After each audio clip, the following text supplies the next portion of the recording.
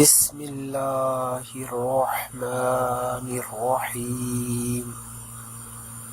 نیک ہمیشہ اپنے اچھے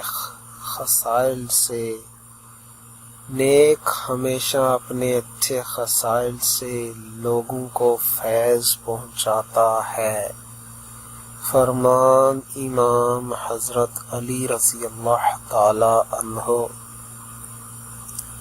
نیک ہمیشہ اپنے اچھے خصائل سے لوگوں کو فیض پہنچاتا ہے۔ نیک ہمیشہ اپنے اچھے خصائل سے لوگوں کو فیض پہنچاتا ہے۔ فرمان امام حضرت علی رضی اللہ تعالی عنہ۔